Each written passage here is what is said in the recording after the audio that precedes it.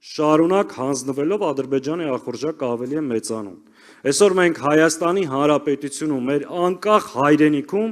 ինքնության պահպանման խնդիր ունենք։ Հետևաբար այս չարիքի իշխանության վերարտադրությունը հասցնելու է մեր պետականության ոչնչացմանը։ Ու սա այլևս չափազանցություն չի։ 21 թվականին պարզ կանգնում ասում ենք այս վտանգների մասին։ Ցավոք սրանք կարողացան խաբել իրենց կեղծ թեզերով։ Պետք է այս անգամ առնվազն սա թույլ չտանք։ Մենք ինչ ենք առաջարկում մեր ժողովրդին։ Մենք առաջարկում ենք կառուցել անվտանգ եւ մրցունակ պետություն։ Մենք առաջարկում ենք կառուցել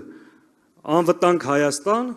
Հայաստան, որտեղ հայ մարդը, Հայաստանի Հանրապետության քաղաքացին պաշտպանված կլինի։ Մեր երկրի ինքնիշխանությունը, տարածքային ամբողջականությունը պաշտպանված կլինի։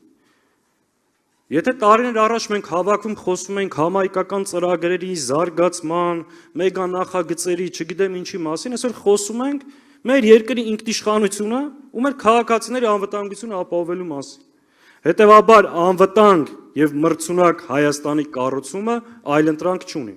Ինչա պետք է անվտանգության համար։ Երկու կարևոր բաղադրիչ։ Մարտունակ, սպառազինված ժամանակակից բանակ եւ խելացի ու հայկական շահերից բխող արտաքին քաղաքականություն։ Սրանք կարող են դա անել։ 8 տարի ամեն օր ապացուցում են, որ ոչ։ Իսկ ով կարող է դա անել։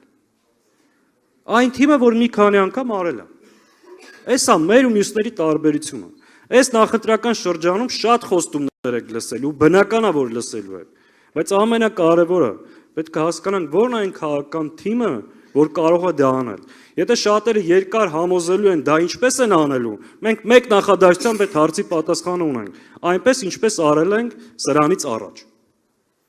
Ու արել ենք միասին։ Մյուս հարցը, որ ուզում եմ խոսեմ, այս օրերին շատ խոսվեց հայ-թուրքական հարաբերությունների մասին։ Ես ընդհանրապես մեջբերեմ երեկվա հայտարարությունը, որ պատկերացնենք մենք ինչ իրավիճակի ենք հայտնվել։ Թուրքիայի պաշտպանության նախարարությունը հայտարարություն է տարածել,